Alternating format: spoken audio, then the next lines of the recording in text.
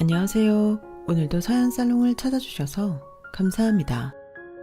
저는 서울에 사는 30대 초반의 돌싱 여성이에요. 이혼한 건 6개월쯤 됐는데요.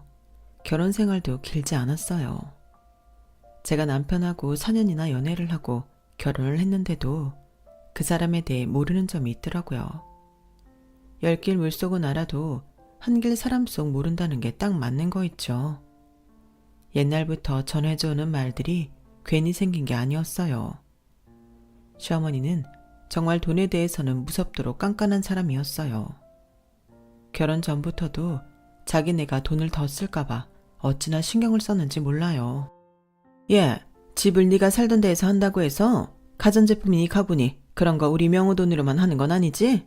집이야 원래 있던 거니 돈 들어간 거 아닌 거고 앞으로 같이 쓸 물건들은 둘이 똑같이 돈을 내는 게 맞지 않겠니? 니들 결혼에 들어가는 것도 꼭 반반씩 해야 한다.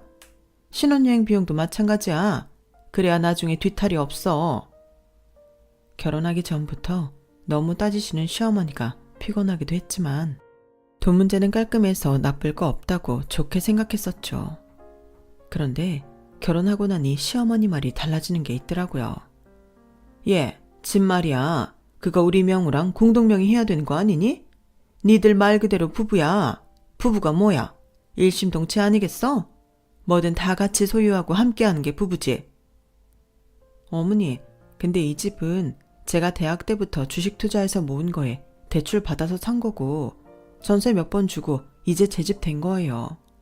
솔직히 이 집 사는데 명우 씨가 보탠 건 없어서 이건 같이 소유하는 거랑은 별개 문제라고 생각해요.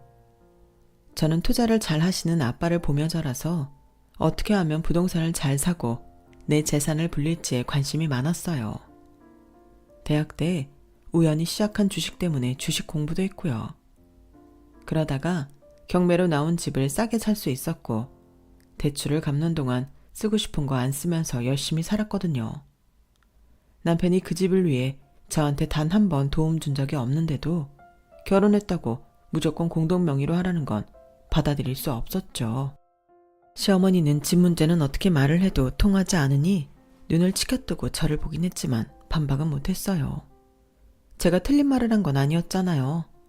대신에 사사건건 다른 문제들을 걸고 넘어지더라고요. 넌 나 해외여행은 언제 보내줄 거니? 내 친구들 보면 며느리들이 돈 없어도 자기 용돈 아껴서 시어머니 여행 보내주고 그러더라. 넌 어떻게 있는 집에서 컸다는 애가 그렇게 짠순이니? 너는 니네 타고 다니는 차만 차고 내 차는 아무거나 타도 된다니? 나도 앞으로 한 10년은 더 운전할 텐데 늙은 사람이 타고 다니는 차 좀 봐라. 누가 보면 진짜 자식도 없이 불쌍하게 혼자 사는 노인네인 줄 알 거야. 이건 곧 네 망신인 거야. 그러니까 차 좀 바꿔다오. 이토록 요구하는 게 많은 시어머니는 정작 저 결혼할 때도 그렇고 결혼하고 나서도 제대로 된 선물 하나 해준 적이 없었어요.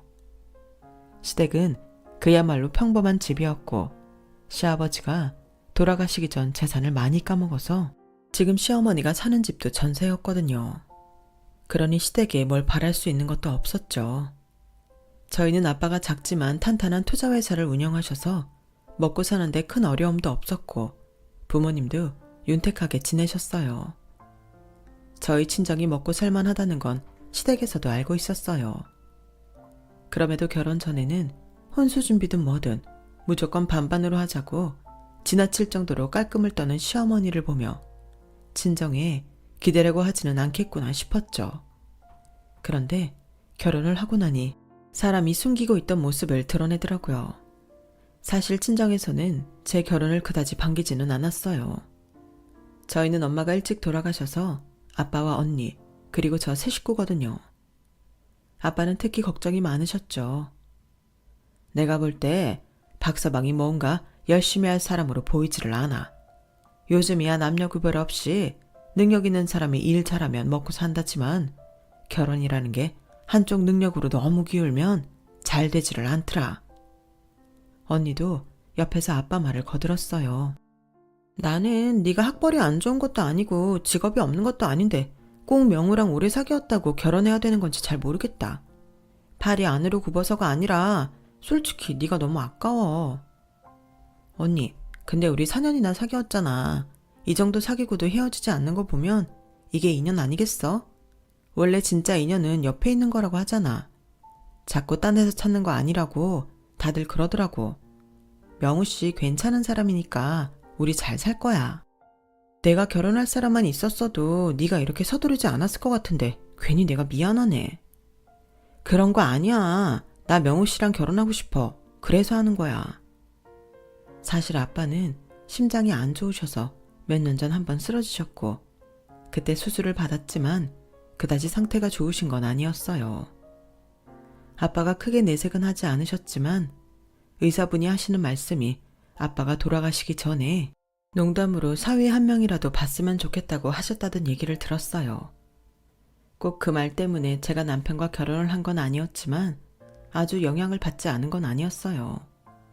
그래서 언니도 저한테 미안하게 생각했지만 저는 정말 괜찮았어요. 제 남편이라면 평생을 함께해도 된다고 착각하고 있었거든요. 그만큼 좋은 사람이라 철석같이 믿고 있었고요. 하지만 아빠와 언니가 예상했던 것보다 제 혼수도 많이 못 받고 그 흔한 예물 세트도 받지 못하자 저를 말리기도 했죠. 언니가 시어머니와 한복 때문에 만났을 때 불편한 기색을 비쳤는지 그날 저녁에 시어머니는 저한테 전화를 해서 급하게 저더러 재래시장에 있는 금은방 가게에서 만나자고 하더라고요. 그렇게 해서 저는 예물 세트 하나를 받을 수 있었고요. 언니랑 아버지께 말씀 잘 드려라. 우리가 돈이 넘쳐나면 더 좋은 것도 해주지. 왜 안 그러겠니? 아무튼 너 아끼는 마음은 그분들 못지않다고 꼭 얘기해야 한다. 네, 어머니 감사합니다. 하지만 지금은 그런 것들이 다 저희 아빠와 언니를 안심시키려고 했던 수법이었다는 걸 알게 됐죠. 결혼하고 나서 시댁에 갈 때마다 시어머니는 아빠 건강에 대해 꼬치꼬치 캐묻 꺼냈어요. 네 아버지 요즘 건강은 어떠시니? 그래도 관리만 잘하면 별 문제 없다고 하잖아. 네, 그래도 아빠 몸이 원래 건강한 편이 아니고 선천적인 것도 있어서 항상 조심해야 된다고 했어요. 병원도 정기적으로 다니시면서 관리 잘하고 계시니까 괜찮으실 거예요. 그렇구나. 네 언니도 많이 힘들겠다. 넌 결혼했고 혼자서 아버지 돌보면서 일도 하려면 부담스럽겠어. 그 회사 일은 언니가 전적으로 들어서서 하고 있는 거야? 언니가 아빠 회사에서 일하는 건 맞는데요. 다른 이사님도 계시니까요.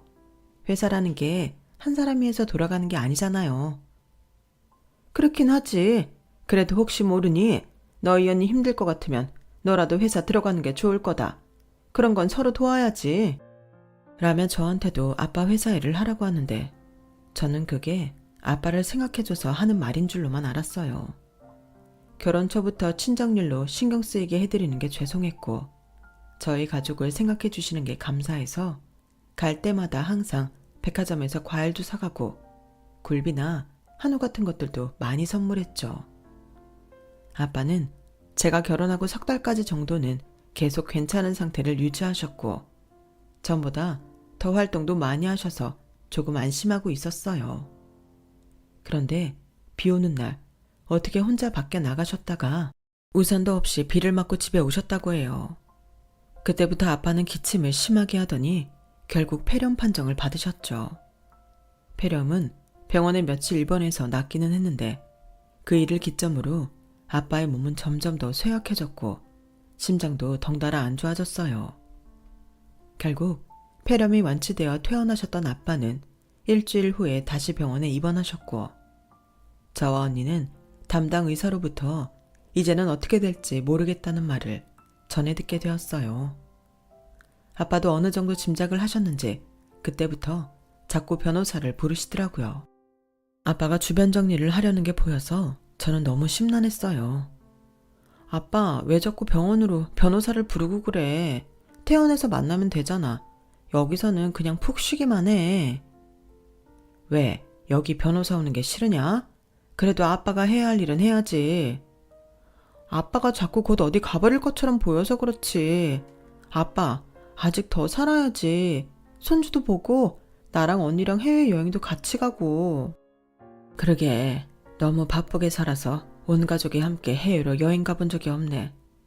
무슨 영화를 보겠다고 이렇게 바쁘게만 살았나 모르겠다. 라며 힘없이 말씀하시는 아빠를 보니 너무나 속상했어요. 하지만 아빠는 얼마 후 중환자실로 옮겨주셨고 저와 언니는 내키지 않아도 아버지 돌아가실 날을 바라보고 이런저런 준비를 했어요. 제가 그렇게 심란하고 경험 없는 날들을 보내고 있을 때 하루는 시어머니가 저를 부르더니 이런 말을 하더라고요. 예, 근데 네 아버지 재산이 정확히 다 얼마니? 글쎄요, 저도 잘은. 근데 그건 왜 물어보세요? 아니, 사돈께서 안 좋으실 것 같은데 너나 언니 사이에 재산 분쟁 같은 게 있으면 어쩌나 해서 그냥 궁금했는데 됐다, 잊어버려라. 라며 얼버무리고 넘어가는데 아마 제 표정이 썩 좋지 않았기 때문에 제 눈치를 보느라 그랬던 것 같아요. 그 후에는 남편도 저한테 이러더라고요. 있잖아, 땡땡동에 명품샵 있는 건물도 장인어른 거 맞지? 장인어른이 투자회사 하셔서 좀 여유는 있으시려니 했는데 생각보다 훨씬 더 재력 가셨어. 저번에 처형도 그러더라고. 자기도 아빠 재산을 숫자로 계산해 본 적은 없다고. 그 건물 말고도 부동산이 더 있다며? 그건 어디야? 그것도 서울에 있는 건물이야? 지금 이런 상황에 그런 게 그렇게나 궁금해? 남은 아빠가 돌아가실 것 같아 힘들어 죽겠는데 그게 할 말이냐고. 궁금하다기보다 성의 네 말대로 힘드실 것 같으니 재산 분할 같은 건 어찌되나 미리 알아둬야 할 것 같아서 그래. 그건 명호 씨가 알아둘 일 아니지. 재산을 받아도 나랑 언니가 받는 건데 왜 그것까지 신경 써? 됐으니까 더는 물어보지 마. 화났어. 나도 걱정돼서 그러는 거니까 다른 오해는 하지 마. 라며 남편은 제 눈치를 살살 보며 이렇게 덧붙이더라고요. 그래도 장인어른 돌아가시기 전에 재산 규모는 알아두는 게 아무것도 모르고 있는 것보다 나을 거야. 장인어른 정신 좀 돌아오시면 이야기를 해봐. 응? 그런 건 내가 알아서 할게. 아까도 말했지만 신경 쓰지 마. 아빠가 돌아가실지 모르는 상황에 시어머니가 재산을 물어보는 것도 불쾌했는데 남편까지 저러니 참 섭섭하더라고요. 제가 그런 마음인 걸 모르는 시어머니는 다음 날 또 저한테 전화로 이런 말을 했어요. 이제 마음에서 보내드릴 준비는 된 거지? 그러면 변호사한테라도 알아봐서 네 몫이 어느 정도인지 잘 알아둬라. 네 언니한테 조금이라도 더 가고 그러면 안 된다. 요즘은 자식 간에 큰애 작은애가 어디 있니? 다 공평하게 받아야 되는 거야. 알겠어? 어머니, 저희 아빠 아직 안 돌아가셨어요. 왜 자꾸 이런 말씀을 하세요? 어머니 이러시니까 꼭 저희 아빠 재산에 관심이 있으신 것 같아 보여요. 정말 그러세요? 저랑 언니가 아빠 재산을 어떻게 나누든 그건 이미 아빠가 정하셨을 테니 저는 상관하고 싶지 않아요. 그러니까 어머니도 더는 그런 말씀 하지 마세요. 예, 나는 너 생각해서 한 말인데 네 태도가 참 그렇다. 네가 지금 아무리 마음이 안 좋아도 그렇지 이게 시애미한테 할 소리냐? 나 참 별일을 다 보겠구나. 남 좋은 일 해주려고 하다가 이렇게 무한 당해보기도 처음이다. 너 아버지 돌아가시면 이제 우리밖에 없지 않니? 우리가 네 가족이라고. 그런데 어디서 그렇게 싸가지 없이 굴어? 나훈 참. 하며 전화를 탁 끊는데 정말 가족이라고 생각한다면 아빠가 돌아가실까봐 애가 타는 제 앞에서 그런 말을 할 수 있겠어요? 뭐가 저를 생각한다는 건지 정말 어이없더군요. 저는 그때부터 조금씩 시어머니와 남편에 대한 신뢰심에 의심이 생겼어요. 거기에는 또 다른 이유도 있었는데요. 코로나로 인해 아빠 면회도 제대로 못하는 상황이었지만 항상 병원 주변에 있었고 시시각각으로 아빠 상태를 듣느라 정신이 없었거든요.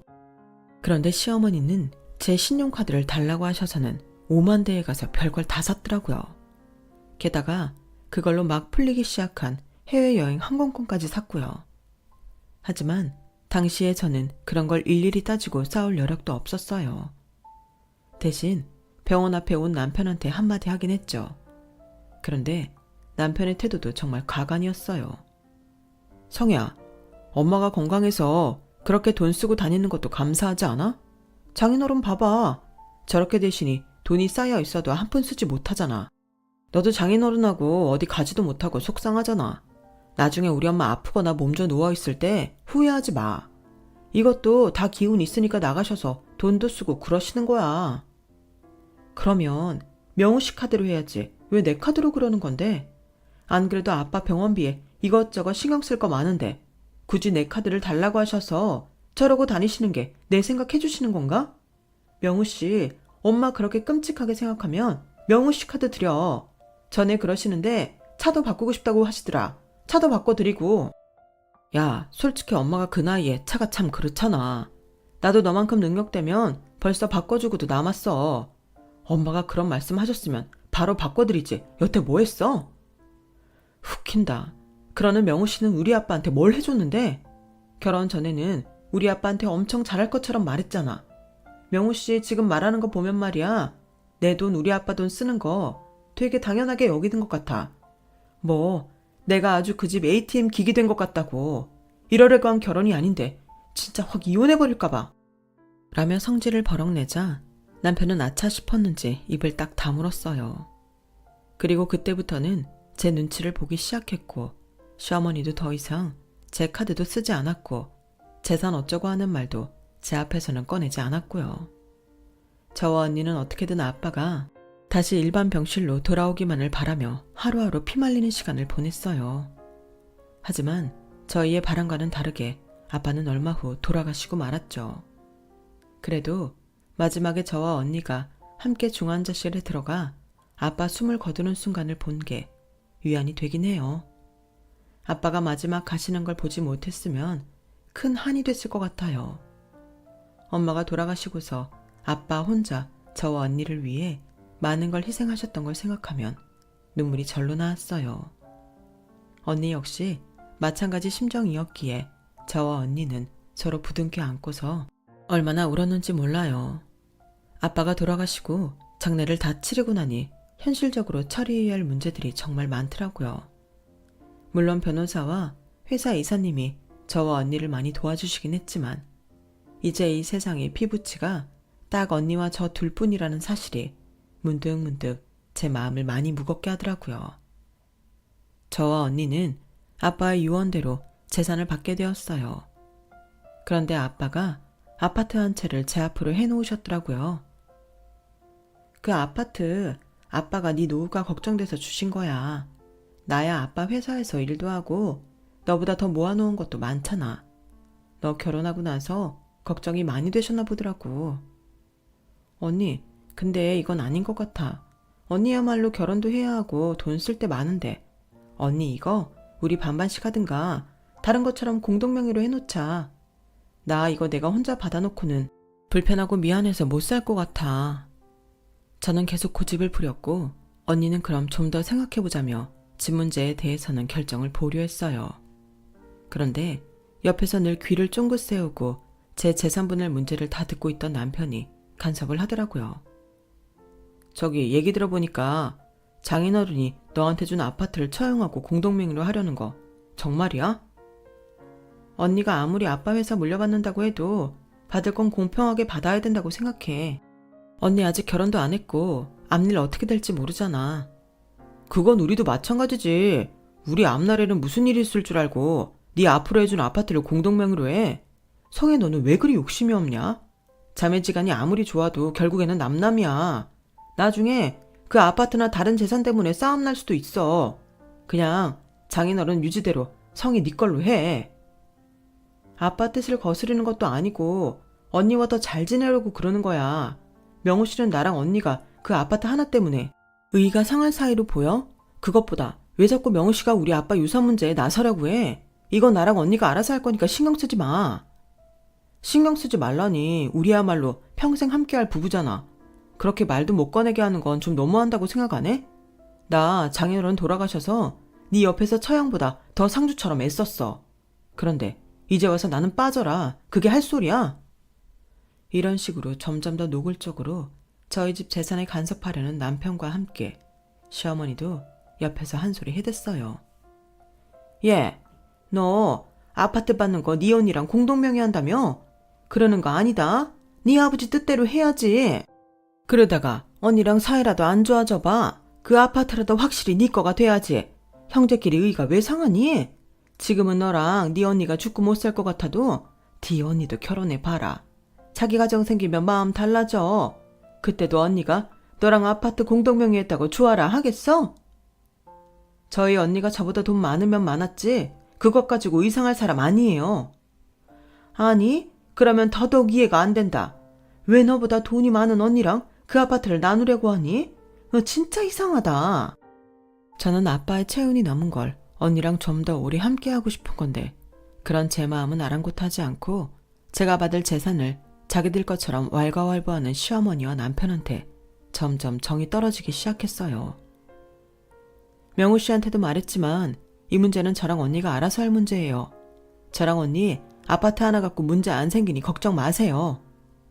너 지금이라도 내 말 듣는 게 좋을 거다. 네 몫은 네가 알아서 챙겨야 되는 거야. 일단 여기까지만 말하마. 그렇게 그날 이야기는 마무리가 됐기 때문에 저도 더는 남편과 시어머니한테 얼굴 붉히지 않았어요. 하지만 남편은 그 뒤로도 변호사랑 제가 무슨 얘기를 하는지 통화를 엿듣기도 했고 제가 얼마나 받는지 일일이 확인하려고 들었어요. 명우 씨, 나는 지금 이 재산 갖게 된 것보다 아빠 돌아가신 게 더 슬픈데 명우 씨는 너무 돈에만 관심이 있는 게 보여. 나처럼 슬퍼할 수는 없겠지만 티를 좀 내지 말았으면 좋겠어. 하지만 남편은 갈수록 더하면 더했지 전혀 수그러지지 않았어요. 내가 그러지 않길 바라면 네가 먼저 알아서 잘하면 되잖아. 엄마 차 바꿔드리자. 해외여행도 보내드리고. 이런 말 하는 걸로 이상한 사람 만들지 말고 살아계신 눈앞의 어머니한테 잘하는 게 장인 어른도 바라시는 일 아니겠어? 내가 남편으로서 이 정도 말도 못하고 살아야겠냐? 아니 그러니까 아빠 재산 물려받았으니 이제 알아서 돈 써달라 그 소리인 거야? 아니 돈 있는 며느리가 있는데 그 정도 바라지도 못해? 그런 우리 엄마가 이상한 거야? 솔직히 당신 재산 받는 거 계산해보면 25억도 더 되더라. 그 정도면 우리 집안 일으킬 수 있게 든든한 백이 돼줄 수 있잖아. 이제 우리 엄마가 성인이 부모인 거야. 자꾸 똑같은 말 하는데 우리 엄마한테 잘하는 게 장인어른도 기뻐하실 일인 거야. 이제 보니까 명우씨, 내 돈으로 효도하고 생색내겠다는 거네? 이거 명우씨 돈 아니야. 아빠가 평생 고생하신 거 나한테 물려주신 거고 나도 이 돈 함부로 쓸 생각 절대 없어. 남편과 저는 하루에도 몇 번이고 돈 문제로 싸우게 됐고 그 외에는 말도 잘 하지 않게 됐어요. 물론 싸움이 심해질 것 같으면 남편은 입을 다물고 제 눈치를 살피며 미안하다고 했고 너무 화만 내지 말고 자기 의견을 무시하지 말라며 달래곤 했는데 그건 제 돈을 자기가 마음대로 할 수 없으니 저를 어떻게든 구워 삶으려던 계산속이어서 너무 기분 나빴어요. 그렇게 일주일쯤 지났을 때였어요. 갑자기 시어머니가 저한테 연락을 해서 자기가 있는 곳으로 오라고 하시는 거였어요. 그곳은 시댁이 있는 동네도 아니었고 저희 집 근처도 아니었어요. 요즘 꽤 뜨는 곳이었는데 부동산 값이 나날이 오르고 있는 동네였죠. 여기 네가 와봐야겠다. 내가 문자로 주소 보낼 테니까 늦지 않게 와라. 여기 사람들도 퇴근 시간이 있지 않니? 회사에는 얘기하고 좀 일찍 나올 수 있지? 맨날 있는 일 아니니까 오늘은 꼭 제 시간에 와라. 이렇게 말하고 일방적으로 전화를 끊더라고요. 제가 주소를 검색해보니 그 건물에 여러 가게가 있었는데 그중 눈에 띄는 게 부동산이었어요. 아무래도 시어머니가 저를 부동산으로 부른 것 같았고 저는 그다지 좋은 예감이 들지는 않았어요. 아니나 다를까 제 주소가 찍힌 건물 앞에 도착하니 시어머니가 부동산에서 나와 저한테 손짓을 하더라고요. 부동산 사장님은 제가 들어가자 아주 반가워하며 호들갑스럽게 저를 맞이하고는 커피부터 내주더라고요. 저녁이라 커피는 됐고요. 대체 무슨 일로 여기까지 오셨어요? 저는 왜 여기서 보자고 하셨어요? 라며 어머니한테 단도직입적으로 물어봤어요. 예, 여기가 지금 잘 나가는 동네 중에 유일하게 새 잘 나오고 계속 오르고 있는 거 너도 알지? 그런데 여기 진짜 좋은 상가 자리가 나왔다는 거야. 내 친구가 소개한 부동산 사장님인데 이거 진짜 그 친구만 믿고 나한테 그 상가 얼른 잡으라고 연락해 주셨다. 이거 진짜 우리가 운이 트이려나 보다. 시어머니가 입에 침이 마를 새도 없이 너스레를 떨고 나니 이번에는 부동산 사장이 저한테 친한 척 말을 하더라고요. 아우 며느리가 아주 통이 크셔. 언제고 좋은 상가가 있으면 시어머니 사드린다고 했다면서요. 내가 그 이야기 듣고 어찌나 부러웠는지 몰라요. 세상에 무슨 복으로 이렇게 능력 있는 며느리를 얻으셨대요? 그 말에 저는 얼굴을 굳히고 정색을 했어요. 무슨 말씀이세요? 저는 그런 말 한 적 없고요. 상가는 살 생각 한 번도 해본 적 없어요. 아니, 김 여사님 말로는 2달 전부터 상가 알아보고 계시다고 했다던데 며느리하고 얘기가 안 됐던 거였어요. 사장이 의아한 표정으로 시어머니한테 물어보더라고요. 2달 전이면 저희 아빠가 생사를 헤매고 있을 때인데 그때 벌써 제가 받을 유산으로 자기네 상가 매입을 할 생각을 하고 있었다니 정말 속에서부터 분노가 끓어올랐어요. 시어머니는 제 속도 모르고 저를 달래듯이 말했어요. 예, 그 상가 5억이면 산다. 그 자리가 완전 노른자야, 노른자. 그냥 새가 들어오는 데라고. 네가 받은 돈에서 별로 안 되는데 그 돈 못 쓰니? 아니, 얘가 진짜 돈이 많거든요. 이 정도 상가는 얘한테 아무 문제도 아니에요. 아우, 내가 진짜 친구한테 일찍 말해두기를 너무 잘했네. 이렇게 딱 제때 매물이 나왔으니 말이에요. 그럼 며느리께서 오늘 계약금 넣어주고 가시는 거죠? 라며 부동산 사장이 제 얼굴을 쳐다봤어요. 저는 부동산 사장과 시어머니를 보며 단호하게 말했어요. 저 상가 사고 싶으면 어머니가 사세요. 어머니 돈으로요. 집 전세를 빼든 어디서 빌리든 해서 사시라고요. 제 말에 시어머니는 표정이 싹 변했고 부동산 사장은 눈치만 봤어요. 혹시 오늘 계약 못 하셔도 제가 며칠은 기다릴 수 있으니까 며느리하고 상의하시고 다시 오셔도 돼요. 부동산 사장은 그렇게 말했지만 저는 뒤도 안 돌아보고 그 자리를 박차고 나왔어요. 시어머니는 놀라서 저를 쫓아왔지만 저는 혼자 차를 타고 와버렸어요. 정말 너무 화가 나서 손이 덜덜 떨릴 지경이었죠. 하지만 시어머니는 제 뒤를 이어 곧장 집에 찾아와서 난리를 쳤어요.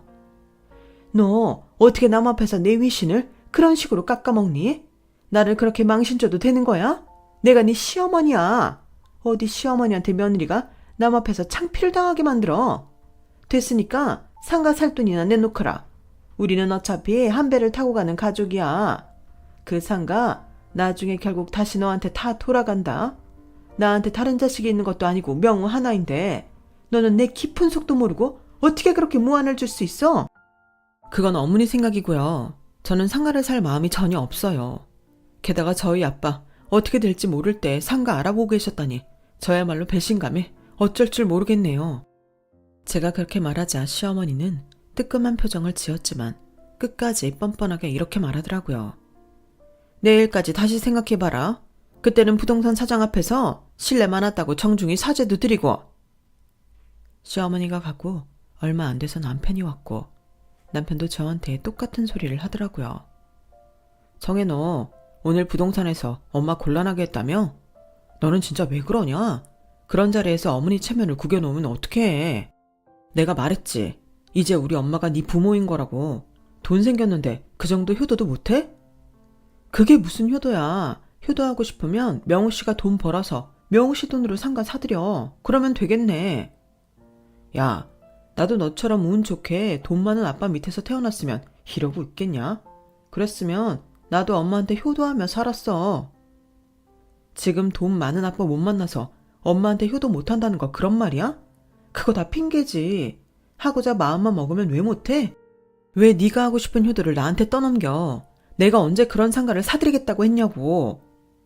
그리고 나서 저는 방으로 들어가 커다란 여행용 가방에 남편 짐을 아무렇게나 집어넣었어요. 그걸 본 남편은 당황해서 저를 잡고 이러지 말라고 했지만 저는 남편의 손을 뿌리치고 짐을 쌌어요. 뭐 하는 짓이야? 지금 나더러 나가라 이런 거야? 이까진 일로 나보고 나가라고? 그게 말이 돼? 그냥 나가는 거 아니고 이혼하는 거야, 이혼. 나 박명호 너하고 이혼할 거라고, 이 인간아. 아니, 내가 뭐 그리 잘못했다고 이혼을 한다고 해. 돈이 많이 굴러들어왔는데 그 돈으로 우리 엄마 차랑 상가 하나도 못 해준다는 게 말이 되냐고.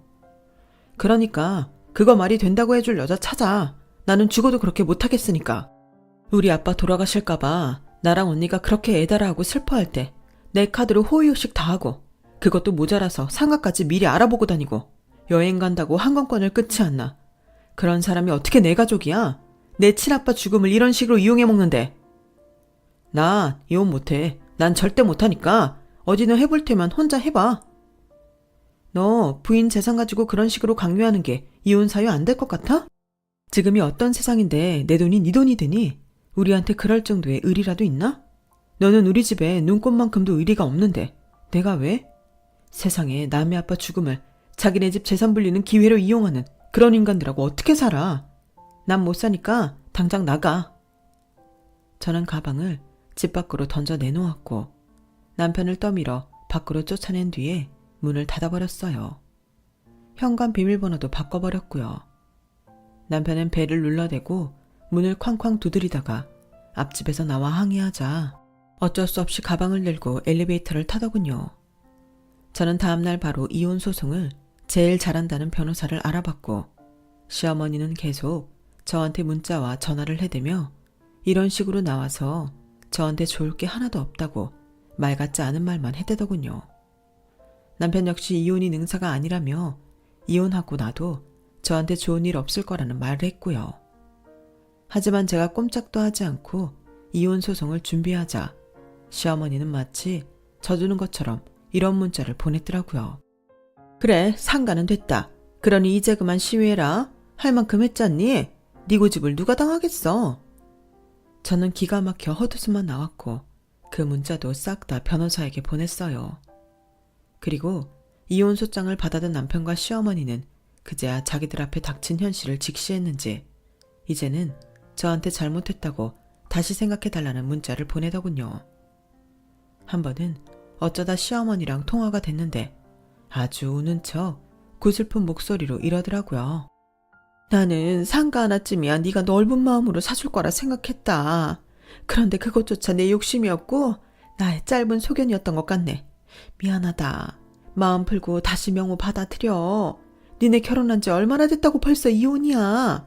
이혼이라는 거 둘 다에게 굉장한 상처가 되는 일이다. 아버지 돌아가신 지도 얼마 안 됐는데 또 힘든 일 겪으려고 그러니? 이러지 말고 우리 말로 풀자꾸나.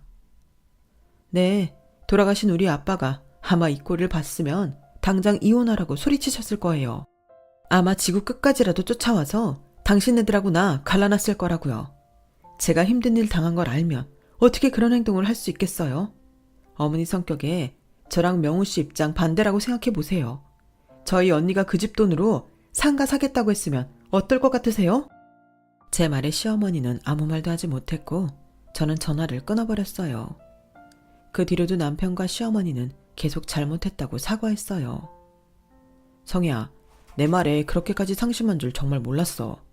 우리 그동안 사귄 시간이 얼만데 이렇게 끝나. 이건 아니지. 한 번만 다시 생각해봐. 제발 부탁이야. 네가 이러는 건 내가 정말 좋아서가 아니고 우리 아빠 돈 때문이지. 넌 나한테 다 들켰어. 그러니까 이제 그만 질척거려. 6개월 후 저는 이혼 소송에서 이겼고 저와 남편은 완전히 갈라지게 되었어요. 정말 짧은 결혼 생활이었지만 남편과 시어머니가 저를 정신적으로 힘들게 한 것 때문에 위자료도 받았죠. 저한테 돈 물어주고 미치려고 하더니 웬만하면 전화했을 텐데 지금까지 연락 한 번 없네요. 잘못 연락했다가 또 그걸로 벌금을 물거나 돈 들어갈 일이 생길까봐 벌벌 떠는 게 눈에 선하네요. 제가 이혼 결심을 하지 않았다면 저는 계속 두 사람의 돈 내놓으라는 등살에 시달렸을 거예요. 제가 사람을 잘못 보고 결혼까지 감행했으니 이혼녀가 된 것도 제가 책임져야 할 제 인생이고요.